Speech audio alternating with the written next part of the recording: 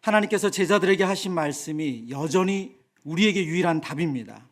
마가복음 9장 29절에 예수님께서 이렇게 말씀하셨습니다. 이르시되 기도 외에 다른 것으로는 이런 종류가 나갈 수 없느니라. 이르시되 기도 외에는 다른 것으로는 이런 종류가 나갈 수 없다. 제자들이 예수님이 없는 자리에서 악한 영에 사로잡힌 아이를 고쳐주지 못하자 그들이 예수님이 오시고 나서 그 악한 영을 쫓아내고 나서 귀신을 쫓아내고 나서 조용히 예수님께 물었을 때 예수님 하신 말씀이에요. 기도 외에는 다른 것으로는 이런 종류가 나갈 수 없느니라. 여러분, 하나님의 아들이신 예수님께서 기도를 통해서 그 능력과 그 은혜를 누렸다면 하물며 저희들이 어떻게 기도해야 될까요? 오늘 이 밤에 우리가 기도할 때 하나님께서 우리의 기도를 통해서 동일한 은혜를 주실 것을 믿습니다. 여러분, 통계적으로 보면 우리의 다음 세대들이 예수님을 인격적으로 만나는 가장 많이 만나는 시기가 바로 이 여름이에요. 이 여름 중고등부 수련회 그리고 유초등부 여름 성경학교 캠프를 통해서 우리 아이들이 인격적으로 예수님을 만납니다. 제가 지난번에 우리 학습 입교 문답을 하면서 우리 한 아이에게 물었어요. 너 언제부터 예수님 믿었니? 그 아이는 9살 때부터 믿었대요. 언제? 유초등부 성경학교 때. 여러분, 그 아이 입술에서 너무나도 분명하게 저는 그때 예수님을 만났어요. 저는 그때 하나님을 만났어요. 여러분, 그런 은혜가 있었기 때문에 오늘 이 자리에 성도님들도 이 자리에 있습니다. 오늘 이 밤은 저는 그런 의미에서 우리는 총성 없는 영적인 전투를 하는 시간이에요. 사단은 우리 아이들의 마음, 우리의 가정을 하나님께로 향하지 않고 세상을 향하도록 방학 되면 부모님들 무슨 계획 세우십니까? 여행 계획보다 먼저 세우신 게 뭔지 아세요? 학원 계획이에요. 어느 학원 특강 어디 보낼까? 그 스케줄로 모든 2달이 혹은 1달이 그 짧은 시간이 다 차 있어요. 우리 아이들이 하나님을 만날 수 있는 황금의 시간, 이 시기를 놓고 우리는 오늘 총성 없는 전투를 하는 영적 전투를 벌이는 시간입니다. 하나님께서 우리 아이들의 마음에 문을 열어주시기를, 그리고 그 시간 하나님 말씀으로 우리 아이들 인격적으로 만나주시기를, 우리를 유혹하고 우리를 두렵게 하고 우리를 걱정시키는 수많은 환경으로부터 우리의 시선이 온전히 하나님께로 향할 수 있도록, 우리가 한여름밤의 기도회로 다음 세대를 위해서 기도하는 이유는 여기에 있습니다. 하나님은 우리의 기도를 통해서 일하시기를 원하십니다. 기도는 하나님과 관계를 맺는 채널이자 하나님의 능력과 은혜를 얻는 유일한 통로입니다. 하나님의 선하심과 하나님의 능력을 신뢰함으로 믿음으로 기도하는 복된 3주간 되시길 축원합니다. 이제 오늘의 본문으로 들어가길 원하는데요. 자막을 준비했는데 한번 여러분 읽어보시겠어요? 어떻게 읽으시겠어요? 네? 여러 가지가 나오네. 뭐 메밀도 나오고 메밀국수 드시고 싶은가 봐요. 메모는 아닌 것 같고, 그렇죠? 오타인가요? 역시 조금 젊은 분들이 얘기하시네요. 밈이라고 있습니다. 밈. 이것을 밈이, 메모, 어떻게 이렇게 읽으신 분들, 저도 제대로 못 읽었어요. 그러면 오늘날 다음 세대를 모르시는 거예요. 요즘의 세대, 우리 청소년들을 밈 제너레이션이라고 해요. 밈 제너레이션. 이 밈이라는 것은 인터넷에서 이미지나 동영상, 해시태그, 유행어 등의 형태로 급속히 확산되는 사회 문화의 일부를 말합니다. 그래서 이런 아주 그런 이미지들을 막 조합을 해가지고 아주 간단한 메시지를 만드는 거예요. 그걸 가지고 소셜 미디어에 올리는 거죠. 그래서 이것 계속 퍼날라요. 이것을 밈이라고 말해요. 그래서 아이들이 이것을 수없이 봅니다. 그것을 통해서 소통을 해요. 한국교회를 분석한 책 중에 한국교회 트렌드 2024라는 책이 있습니다. 그 책에서 이 시대의 청소년을 밈 제너레이션이다 이렇게 설명해요. 그러면서 이런 설명을 하세요. 청소년은 밈 없이는 대화를 못할 정도다. 잠자는 시간보다 인터넷을 더 많이 사용하고 오프라인보다 온라인에서 더 많은 대화를 하는 청소년에게 밈은 새로운 소통 방식으로 자리 잡았다. 오늘 밈이라는 걸 처음 들으신 분은 아마 정말 너무 낯서실 거예요. 그런데 우리 아이들의 시대를 밈 제너레이션이라고 말한대요. 진화 생물학 용어인 밈이 디지털 시대의 소통 방식으로 일컫는 말로 재탄생한 것이래요. 그래서 오늘의 청소년을 이해하기 위해서는 밈을 이해해야 한대요. 제가 그래서 저도 밈을 이해하기 위해서 여러 밈을 봤어요. 여러분 하나 보여드릴게요. 네.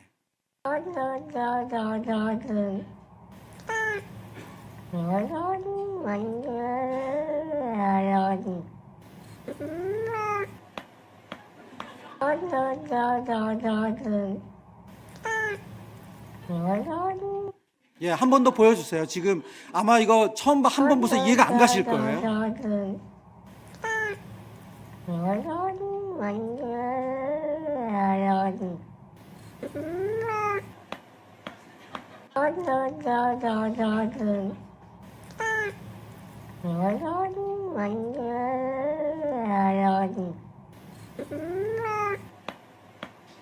여러분, 예, 그만, 네. 이해됐어요?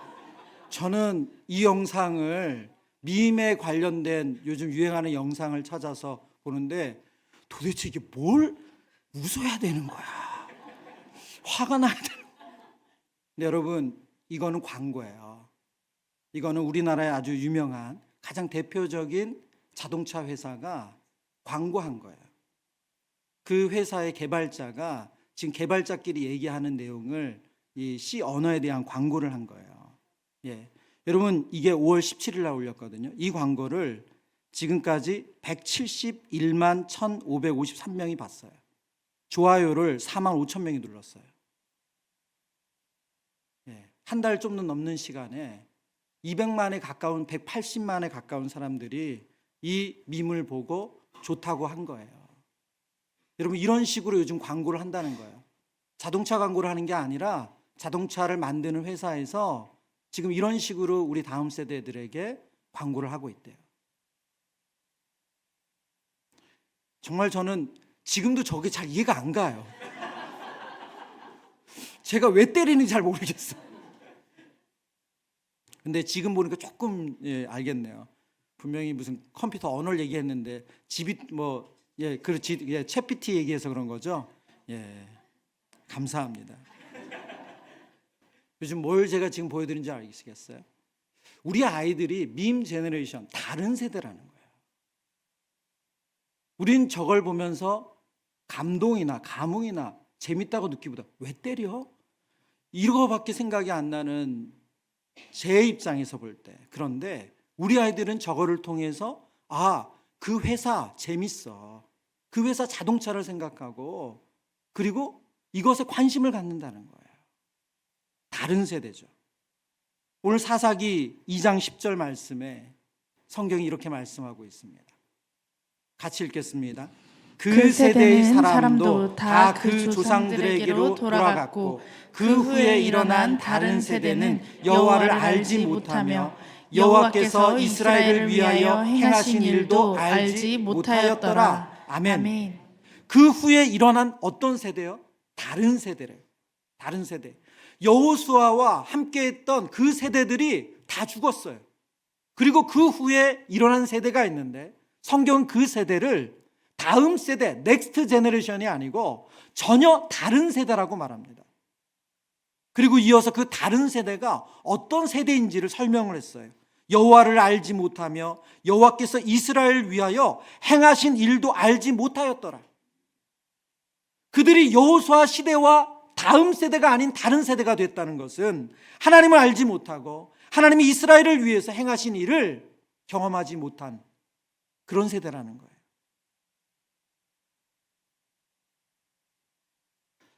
여러분, 오늘 우리의 시대의 아이들이 다음 세대가 아니라 다른 세대가 되어가고 있습니다. 사사기가 지금 계속해서 반복되는 거죠. 놀라운 것은 사사 시대에도 그들이 하나님을 알지 못한다고 생각하지는 않았어요. 그들은 하나님을 알고 예배한다고 생각했어요. 오늘날 똑같지 않습니까? 서구의 기독교인들이 예배를 안 드려도 지금은 더 그 프로테이지가 훨씬 더 낮아졌어요. 제가 최근에 한 책을 읽으면서 놀라운 것은 미국 교회가 1년에 17%의 그리스도인이 줄고 있대요. 교회를 안 나가는 그리스도는 훨씬 더 많습니다. 우리나라는 그걸 가난한 성도라고 말하지만 서구 교회는 그렇게 된 지 상당히 오래전 일이에요.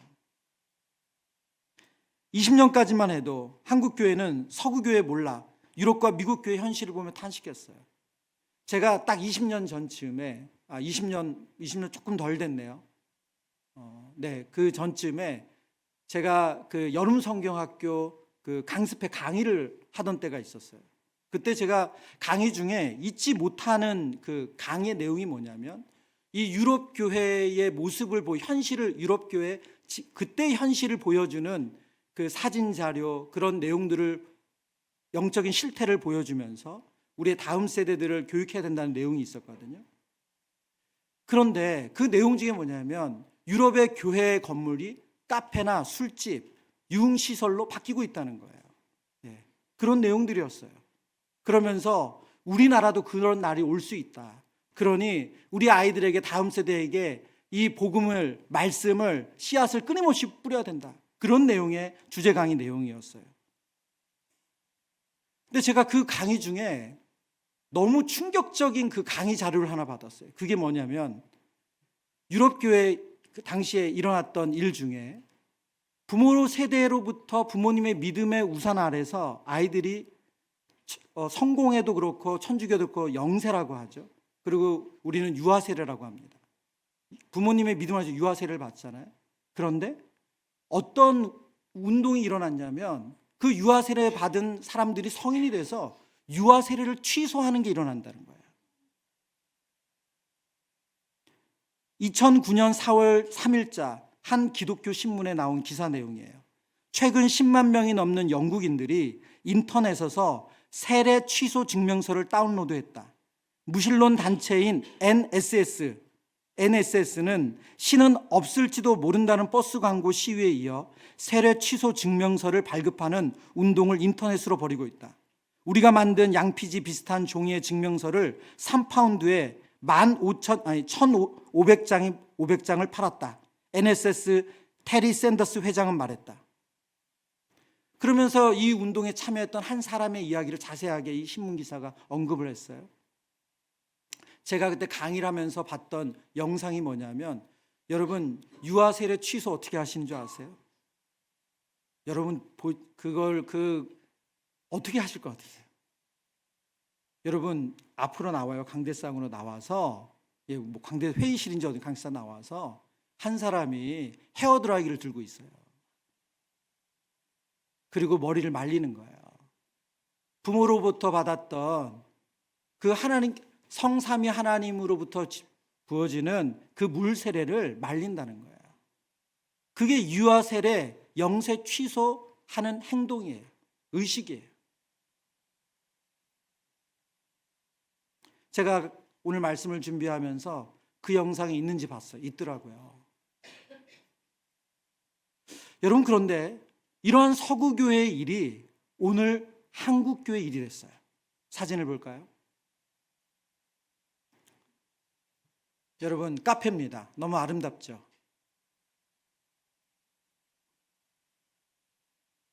근데 이 지금 보신 건 내부고 바로 이 교회 건물이에요. 이 교회는 120년 된 교회입니다. 근데 이 교회가 그 전 사진 넘기지 말아주세요. 지금 요거 멈췄어요. 이거는 그 교회 목사님이 머무시던 사택이에요. 사택을 이렇게 만든 거예요.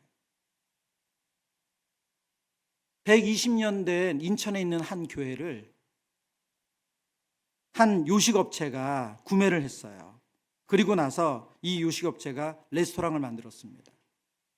이 사진은 다 제가 어디서 가져온 거냐면 월간 식당이라는 우리나라 이런 요식업계를 광고하는 잡지사에서 만든 그 글과 사진이에요.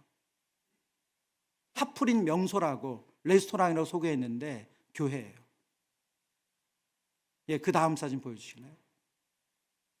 뚜렷하게 교회 이름이 보이죠. 예. 이 교회가 저희 교단 교회더라고요. 그런데 이 교회는, 물론 이 교회는 할 수 없어서 교회 건물을 판 게 아니라 교회를 이전하게 됐어요. 이전하면서 매매하면서 조건으로 이단인 데는 팔지 않는다는 조건을 넣었어요. 그래서 이단이 아닌 것을 확인하고 건물을 팔았는데 이 건물이 지금 파티장으로 쓰입니다. 그래서 사람들이 그 임대를 해서 거기 상황에 맞게 술 마시고 노래하고 춤추는 파티장으로 쓰여요. 건물 자체는 똑같이 교회예요. 서울의 성수동에 있는 교회예요. 여러분, 이것은 몇 교회의 이야기지만 지금 한국 교회 안에 이런 우리가 눈에 볼 때 멀쩡한 교회였던 곳이 이런 식으로 팔려서 카페나 식당이나 혹은 유흥시설이 되는 것이 지금 진행되고 있어요. 그리고 많은 분들이 예측하기를 더 많이 나올 거라고 봐요. 물론 건물을 파는 것 자체가 교회가 잘못한 거 아닙니다. 여러 이유로 교회 건물을 내놓을 수 있죠. 그러나 이전에는 교회가 교회 건물을 내놓을 때는 그 교회가 다시 부수고 새롭게 리모델링을 하든지 아니면 다른 교회에 매각을 했어요. 근데 이제는 그런 식이 아니라 전혀 다른 업종에 팔리는데 그 다른 업종의 사람들이 이 교회를 교회 건물의 외형은 그대로 둔 채 혹은 그 안도 그대로 사용해서 자기들 나름대로 특색을 가진 그런 식당이나 카페, 술집, 유흥장으로 사용한다는 거예요. 제가 오늘 이 시간에 여러분에게 겁주려고 하는 게 아닙니다. 이것이 우리가 발딛고 있는 한국교회 현실이고 우리의 믿음의 현 주소라는 것을 우리가 알아야 한다는 거예요. 지금 우리가 어디까지 와 있는지. 그러나 저는 요즘 예배를 드리면서 소망을 갖고 있습니다. 제가 앞서도 말씀드렸지만 학습, 입교, 세례식을 준비하면서 우리 중학교 2학년부터 고등학교 3학년까지의 우리 청소년 아이들을 문답하면서 아이들이 자신의 믿음의 고백, 진실된 믿음의 고백으로 저는 언제부터 예수님을 믿었습니다. 저는 예수님을 인격적으로 믿습니다. 제 인생은 주님의 것입니다. 그런 아이들의 신앙 간증문과 그 고백을 들으면서 여전히 복음은 능력이고 여전히 하나님께서 우리에게 주신 약속의 말씀으로 우리 아이들이 살아난다는 확신을 갖게 됐습니다. 뿐만 아니에요. 이 자리에 계시지만 30대 초반의 청년들이 한 번도 하나님을 예배하지도 않고 예수님을 들어본 적도 없던 그들이 예수님을 만나서 그 삶이 변화되고 있어요. 오늘 우리는 사사기의 말씀을 통해서 하나님을 알았던 세대가 지나가고 하나님을 전혀 알지 못하는 다른 세대가 나와서 그 시대가 영적인 암흑기로 흘러갔던 사사기의 모습을 우리가 반면교사 삼아서 어떻게 이 시대의 우리의 다음 세대들이 다른 세대가 아닌 하나님의 세대, 다음 세대가 될 수 있게 우리가 이 땅을 그리고 이 교회를 섬길 수 있을까? 그것을 놓고 기도하는 시간 되기를 간절히 소망합니다. 첫 번째, 거룩한 다음 세대를 세우기 위해서 오늘 성경은 우리에게 이렇게 말씀합니다. 하나님만이 유일한 주인으로 모셔야 한다. 하나님만을 유일한 주인으로 모셔야 한다. 성경을 연구하다 보면 여러 신학서들을 보게 되거든요. 그러면 예를 창세기든 출애굽기든 민수기든 레위기든 그런 그 각 신학 책들마다 핵심 구절을 뽑아낼 때 간혹 핵심 구절이 달라요. 왜냐하면 신학자들이 보는 관점에 따라서 창세기의 핵심 구절이 다르고 출애굽기의 핵심 구절이 다르고 레위기의 핵심 구절이 조금씩 다르거든요. 그런데 사사기는 다 똑같습니다. 사사기 17장 6절이에요. 같이 읽어보겠습니다. 그때에는 이스라엘의 왕이 없었으므로 사람마다 자기 소견에 오른 대로 행하였더라. 제가 한 번 더 읽습니다. 그때에는 이스라엘의 왕이 없었으므로 사람마다 자기 소견에 오른 대로 행하였더라. 왕이 없었기 때문에 자기 소견에 오른 대로 행했대요. 이 말씀을 분석해 보면 그들에게 진정한 왕이 없었는가? 이스라엘의 왕이 없었는가? 아니요, 왕이 계셨죠. 왕은 누구십니까? 그렇죠, 그들을 지으신 창조주 하나님, 그들을 구원하신 구속주 하나님, 그 하나님이 그들의 왕이셨어요. 그런데 그들은 그 하나님을 왕으로 온전히 인정하지 않았던 거죠. 그렇다면 누가 하나님이 되었습니까? 성경은 이어서 뭐라고 말합니까? 각각 사람마다 자기의 소견에 오른 대로, 사람마다 자기 소견에 오른 대로. 무슨 말이에요? 그 각 사람이 자기가 왕이 되었다는 거예요. 자기가 주인이 되었다는 거예요. 집안에 어른이 있는데 어른의 말을 무시하면 각각 소견에 오른 대로 행동하죠. 하나님이 그들을 애굽에서 구원하셨고 가나안 땅을 정복케 하셨고 그들에게 젖과 꿀이 흐르는 땅을 인도해 주셨는데 그 하나님을 이스라엘 백성들이 버린 거예요.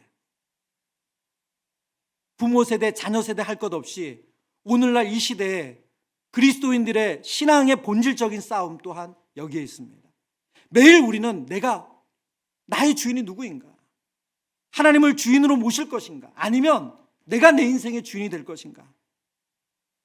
이 영적인 싸움을 하며 삽니다. 그래서 바울은 디모데전서 6장에 이렇게 말해요. 오직 너 하나님의 사람아 이것들을 피하고 의와 경건과 믿음과 사랑과 인내와 온유를 따르며 믿음의 선한 싸움을 싸우라. 영생을 취하라. 믿음의 선한 싸움을 싸우라. 영생을 취하라. 믿음의 선한 싸움이 무엇입니까? 그게 영생을 취하는 거래요. 성경이 말하는 영생은 하나님과의 올바른 관계입니다. 여러분, 하나님과 올바른 관계는 뭐예요? 하나님이 우리의 구원자 되시고 하나님이 우리의 창조자 되시고 하나님이 우리의 주인 되시는 게 하나님과 우리의 올바른 관계입니다. 하나님 우리의 협상의 대상이 되시는 게 아니에요. 하나님이 우리의 삶의 도구가 되시는 게 아니에요. 하나님 내 인생을 위해서 필요한 도구, 그 존재가 아니라 하나님이 나를 지으신 창조주시고 나를 죄악으로부터 유일하게 구원하신 구원자시고 나의 유일한 소망이 되시는 분. 그게 하나님과 올바른 관계예요. 이것이 믿음의 선한 싸움이에요. 저와 여러분이 날마다 이 싸움을 하고 있습니다. 이스라엘 백성들이 그 싸움에서 실패했다는 거예요. 하나님을 더 이상 왕으로, 주인으로 섬기지 않았다는 거예요. 제가 수년 전에 이찬수 목사님 설교를 듣다가 목사님이 그 설교 말미에 한 순장님 예화를 하셨는데 그 예화가 시간이 지나도 정말 사라지질 않아요. 나이가 좀 있으신 순장님이세요.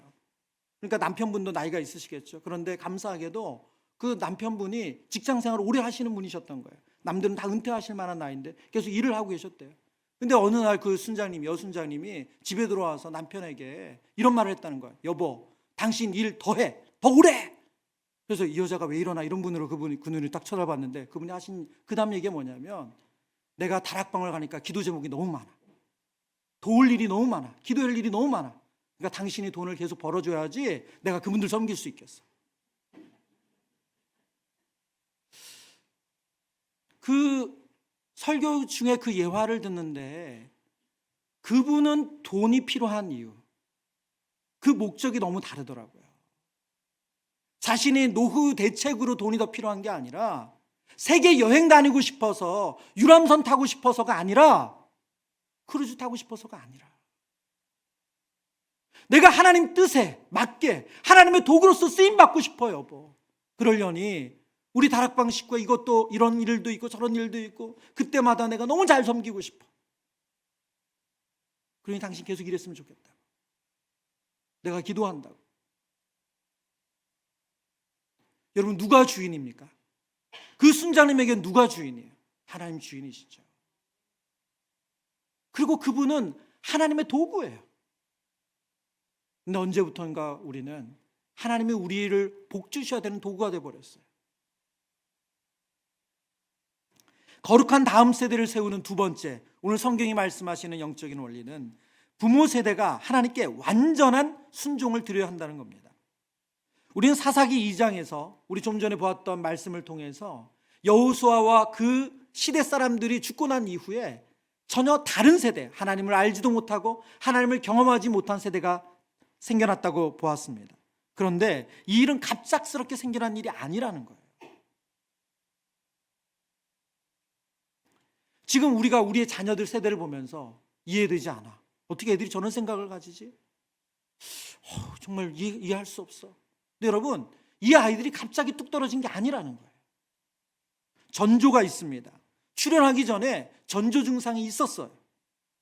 오늘 본문도 똑같습니다. 사사기 1장에 그 전조 증상이 있었어요. 사사기 1장 19절 말씀입니다. 여호와께서 유다와 함께 계셨으므로 그가 산지 주민을 쫓아내었으나 골짜기의 주민들은 철병거가 있으므로 그들을 쫓아내지 못하였으며, 지금 이 본문은 유다 지파가 하나님께서 그들에게 허락하신 땅을 정복하는 내용입니다. 그런데 이 본문에 보면 여호와께서 유다와 함께 계셨으므로 그가 산지 주민을 쫓아내었으나, 그런데 그 다음 어떻습니까? 골짜기의 주민들은 철병거가 있으므로 그들을 쫓아내지 못했대요. 우리 본문에 보면 이 본문이 전혀 이상하지 않는 것 같아요. 하나님이 함께 했는데 철병거가 있는 강한 적을 만났으니까 쫓아내지 못했구나. 어느 정도 합리적으로 설득이 되는 것 같아요. 근데 여러분, 이것은 전혀 합리적인 이야기가 아니에요. 왠지 아세요? 이스라엘 백성들이 출애굽하고 이스라엘 백성들이 광야 40년에 수많은 적들을 만났습니다. 그 적들 가운데 이스라엘보다 약한 군대, 그 다음에 약한 무기를 가진 그런 나라는 없었어요. 이스라엘은 훈련된 군대가 아니에요. 그러나 그들이 그 전쟁에서 승승장구할 수 있었던 이유는 무엇입니까? 바로 하나님이 그들 편에 계셔서 하나님이 그들을 이기게 하셨어요. 이스라엘 12지파에게 하나님께서 땅을 분배해 주시면서 너희는 그 족속들을 다 쫓아내라고 하나님 말씀하셨어요. 그런데 왜 유다 지파는 쫓아내지 못했죠? 오늘 이 본문은 이렇게 읽어야 자연스럽습니다. 그들이 처음에는 하나님을 온전히 신뢰해서 쫓아냈으나 더 무서운 적이 나타나니까 그때는 하나님을 의지하기보다 자신의 생각대로 멈춰버렸다는 거예요. 사사기 1장 23절 24절의 말씀입니다. 이제 요셉 가문이 정복하는 내용이거든요. 우리 같이 읽어보겠습니다. 요셉 가문이 베델을 정탐하게 하였는데 그 성읍의 본 이름은 루스라. 정탐꾼들이 그 성읍에서 한 사람이 나오는 것을 보고 그에게 이르되 청하오니 이 성읍의 입구를 우리에게 보이라. 그리하면 우리가 내게 선대하리라 하매. 아멘. 지금 요셉 가문은 전혀 좀 다른 내용을 다루고 있어요. 그들은 땅을 정복하는데 그 성을 정복할 때 어떤 전략을 썼냐면 정탐꾼을 사용했대요. 정탐꾼. 지금 뭐 성경 정탐꾼이라고 말하지만 우리에게 익숙한 스파이예요, 스파이. 네. 뿌락치를 심어 놓은 거예요. 스파이. 그래서 그 사람이 성을 정복할 수 있게 있는 그 통로와 길을 만들어주는 조건으로 그는 어떻게 했어요? 너는 선대하리라. 그는 쫓아내지 않았다는 거예요. 그 가문은 거기에 남게 했다는 거예요. 하나님을 온전히 의지함으로 하나님께서 그 성을 진멸하고 그 성을 얻도록 하셨는데 그들은 그들의 또 다른 편리하게 그 땅을 정복할 수 있는 방법을 선택한 거죠. 사사기 1장 28절입니다. 이스라엘이 강성한 후에야 가나안 족속에게 노역을 시켰고 다 쫓아내지 아니하였더라. 지금 이 또한 이스라엘 백성들이 가나안 땅을 정복하는데 다 쫓아내지 않았다는 것을 말합니다. 제가 자세히 다 읽지 않았지만 1장 후반부의 내용은 다 이런 내용이에요. 21절에 보면 베냐민 자손도 여부스 족속을 쫓아내지 못했다고 말합니다. 그리고 므낫세 지파도 땅을 정복하면서 주민을 다 쫓아내지 못하고 그들에게 부역을 시켰다고 말해요. 팀 캐럴 목사님은 이 1장 후반부에 나오는 여러 족속들이 하나님의 말씀에 온전히 순종하지 못하고 그 족속들을 다 쫓아내지 않고 편리대로 남겨두거나 노역을 시키거나 혹은 협상을 해서 스파이를 심거나 하는 이런 모든 행동을 통틀어서 이런 설명을 해요. 편의가 순종을 이겼다. 뭐라고요? 편의가 순종을 이겼대요. 편의가 순종을 이겼대요. 하나님의 말씀에 전적으로 순종하는 것보다 그 편의가 순종을 이겼대요. 다른 세대가 나타나기 이전에 앞선 세대에 어떤 전조 증상이 있었습니까? 편의가 순종을 이기는 일, 바로 하나님 앞에 온전히 순종하지 못했다는 거죠. 그들은 현실의 문제 앞에서 하나님을 의지하는 듯 보였어요. 하나님을 의지하는 듯 보였어요. 우리 버전으로 말하면 좀 제가 과격한 표현일까요? 기도회는 나왔어요. 그리고 기도하는 모양은 갖췄어요. 근데 삶의 현장에서는 기도한 거는 전혀 반대의 선택을 하는 거예요. 여러분, 우리의 다음 세대가 왜 다른 세대가 되어가고 있습니까?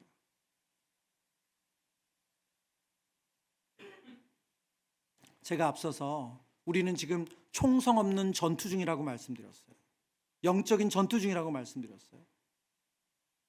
저도 자녀 셋을 키우면서 우리 아이들이 중고등학교 시절을 지나갈 때 마음이 두근두근되고 염려가 될 때가 참 많았습니다.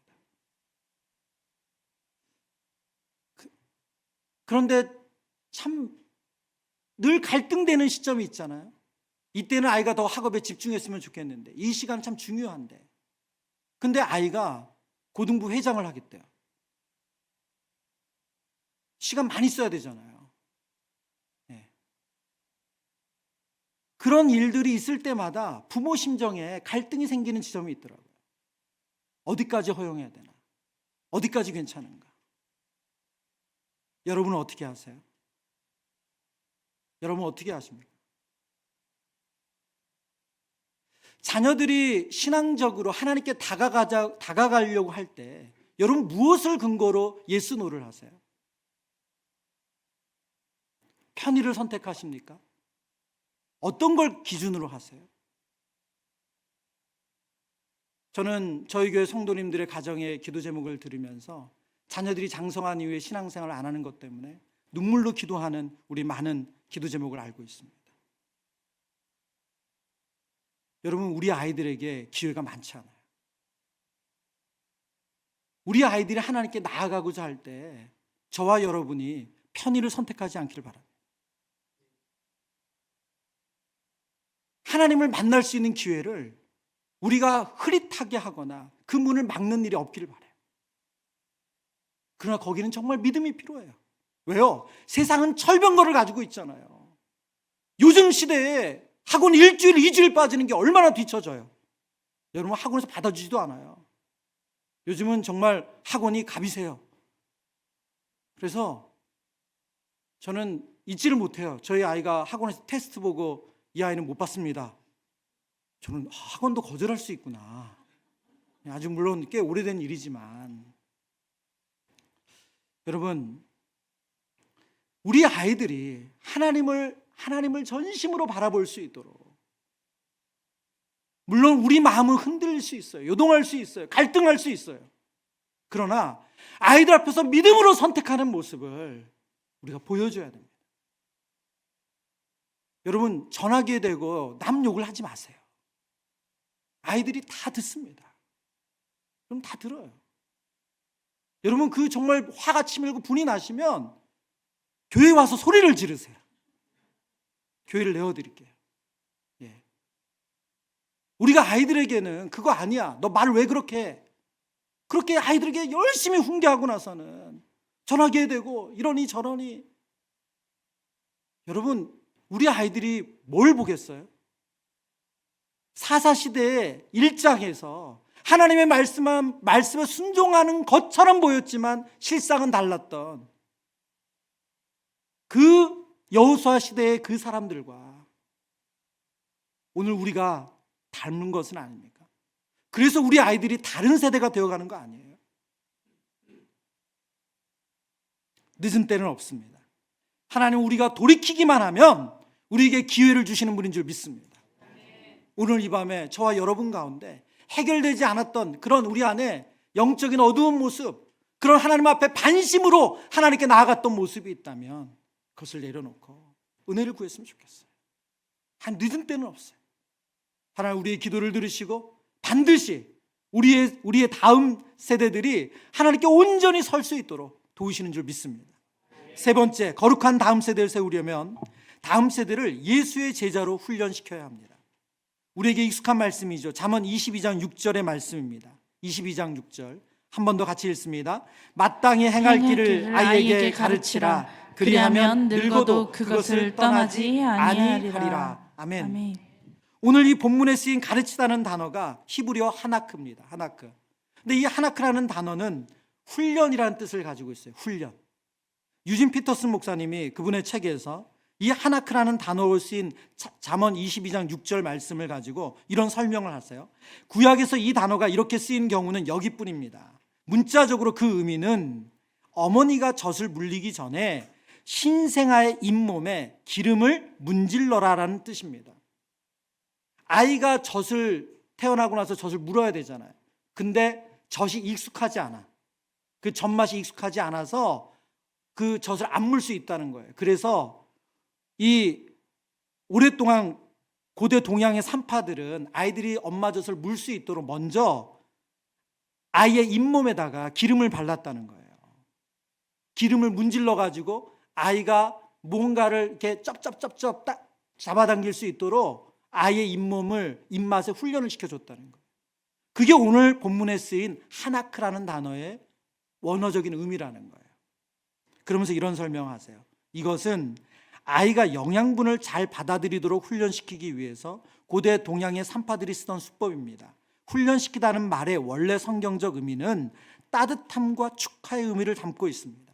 우리는 훈련시킨다 그러면 가혹하고 밀어붙이고 그리고 어떻게든 해! 막 이런 것처럼 생각하지만 성경이 오늘 아이들에게 가르치라는 이 하나크라는 의미는 그런 뜻이 아니라는 거예요. 그런 엄격하고 틀이 아주 강하고 그런 의미가 아니라 신생아가 엄마 모유를 물 수 있도록 그 잇몸에다가 기름을 발라주는 것처럼 그렇게 따뜻하고 아이를 축복하는 그런 의미가 하나크라는 의미라는 거예요. 여러분, 오늘 성경이 우리에게 뭘 말씀하고 있습니까? 우리 아이들에게 우리가 이렇게 따뜻하게 하나님의 말씀을 아이들이 배우고 경험할 수 있도록 도와주어야 한다는 거예요. 여러분, 그런 시간이 언제예요? 그런 시간 언제예요? 바로 이번 여름이에요. 이번 여름이에요. 이번 여름에 우리 유초등부 교사들, 유아유치부 교사들, 우리 중고등부 교사들이 하나님 앞에 얼마나 많은 시간을 들여서 우리 아이들의 사역을 준비합니까? 간식 하나, 프로그램 하나, 게임 하나, 찬양 하나. 여러분, 이게 뭐 하는 시간이에요? 아이들이 찬양의 맛을 알도록 신생아의 그 잇몸에다가 기름을 발라주는 것처럼 아이들에게 그렇게 지금 그 시간, 그 따뜻한 것을 해주는 시간이에요. 억지로 이거에 저거에 가르치는 시간이 아니라 아이들의 마음을 즐겁게 하고 아이들의 마음을 기쁘게 해서 하나님의 말씀을 배우고 하나님의 말씀을 경험하고 기도를 가르치고 말씀을 알 수 있도록 돕는 이 따뜻한 인격적인 교육 가르침이 일어나는 시간이 바로 이번 여름이에요. 앞서도 말씀드렸죠. 통계적으로 우리나라뿐만이 아닙니다. 전 세계 교회에 아이들이 인격적으로 예수님을 만나는 시즌은 여름이에요. 여름 캠프와 수련을 통해서 아이들이 예수님을 인격적으로 만나요. 여러분, 그래서 오늘 이 밤에 우리가 그것을 놓고 기도하는 거예요. 세상이 얼마나 교묘한 방법으로 요즘 우리 아이들을 미혹합니까? 제가 설교 중에도 한번 얘기했지만 요즘 청소년들의 가장 큰 이슈는 마약이에요. 여러분, 우리 입에 마약이라는 단어가 떠올릴 거라고 상상이나 했습니까? 근데 요즘 그것이 우리 아이들에게 문제가 되는 시대에 살고 있어요. 내 아이는 아니라고요? 아니요. 제가 마약 얘기를 하지 성적인 얘기는 안 하잖아요. 왜요? 벌써 그건 넘어선 지가 한참 됐어요.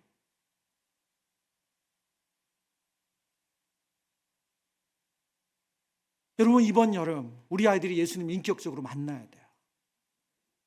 정말 우리 선생님들의 그 사랑의 수고와 애씀과 기도를 통해서 따뜻하게 하나님의 말씀이 들려지고 기도 가운데 하나님이 그 기도를 들으신다는 걸 경험하고 여러분, 그런 은혜가 있기를 우리가 기도해야 됩니다. 사무엘상 3장 말씀을 읽으면서 우리가 소망을 갖기를 원합니다. 사무엘상 3장 19절에서 20절 말씀입니다. 같이 읽겠습니다. 사무엘이 자라매 여호와께서 그와 함께 계셔서 그의 말이 하나도 땅에 떨어지지 않게 하시니 단에서부터 브엘세바까지의 온 이스라엘이 사무엘은 여호와의 선지자로 세우심을 입은 줄을 알았더라. 아멘. 아멘. 여러분, 사무엘은 엄격한 의미에서 사사시대 사람이에요. 사사시대가 끝나지 않았어요. 사울이 왕이 되는 그때부터 왕정시대로 들어가죠. 사무엘은 사사시대 사람입니다. 각각 사람들이 자기 소견에 옳은 대로 살았던 그 사사시대 사람의 그 마지막 부분에 있는 사람이 사무엘이에요. 근데 여러분, 오늘 사무엘이 어떤 사람이 됐어요? 사무엘이 자라매 여호와께서 그와 함께 계셔서 그의 말이 하나도 땅에 떨어지지 않게 하시니. 사무엘서 1장과 전혀 다른 모습 아닙니까? 사무엘서 2장 다른 세대와는 전혀 다른 모습이 아니에요. 하나님의 세대가 세워진 거 아니에요. 예수 세대가 세워진 거 아니에요. 여러분, 이 사사시대에 하나님께서 이런 사무엘과 같은 어린아이, 사무엘과 같은 청소년, 사무엘 같은 청년이 일어나게 하셨다는 거예요. 여러분, 어떻게 이 일이 가능했습니까? 바로 한나의 기도죠. 어머니 한나의 기도예요. 난임이었던 한 여인, 그 여인이 하나님 앞에 전심으로 의지하며 하나님의 은혜를 구하고, 그리고 기도의 응답으로 받은 그 자녀를 자기 품 안의 자녀로 소유물로 가지지 아니하고 하나님께 전적으로 의탁했어요. 그리고 이 아들 사무엘은 하나님께서 자라게 하셨어요. 하나님께서 키워주셨어요. 그래서 오늘 이 말씀처럼 사무엘이 자라매 여호와께서 그와 함께 계셔서 그의 말이 하나도 땅에 떨어지지 않게 하시니, 그런 하나님의 사람으로 하나님 세우셨습니다. 여러분, 동일한 은혜가, 동일한 믿음의 역사가 오늘 2024년 7월과 8월을 지나가는 수원 꿈꾸는 교회와 한국교회 안에 일어날 수 있는 줄 믿습니다. 우리 아이들이 이 시대, 사사시대의 산물을 먹고 자라요. 그 환경에 있어요. 그렇지만 사무엘이 될 수 있어요. 우리가 하나님 앞에 한나처럼 온전히 하나님을 전심으로 의지하고 기도하고 내 자녀를 내 것이라 여기지 않고 하나님께 전적으로 의탁한다면 하나님 우리 아이들을 사무엘로 키워주실 줄 믿습니다.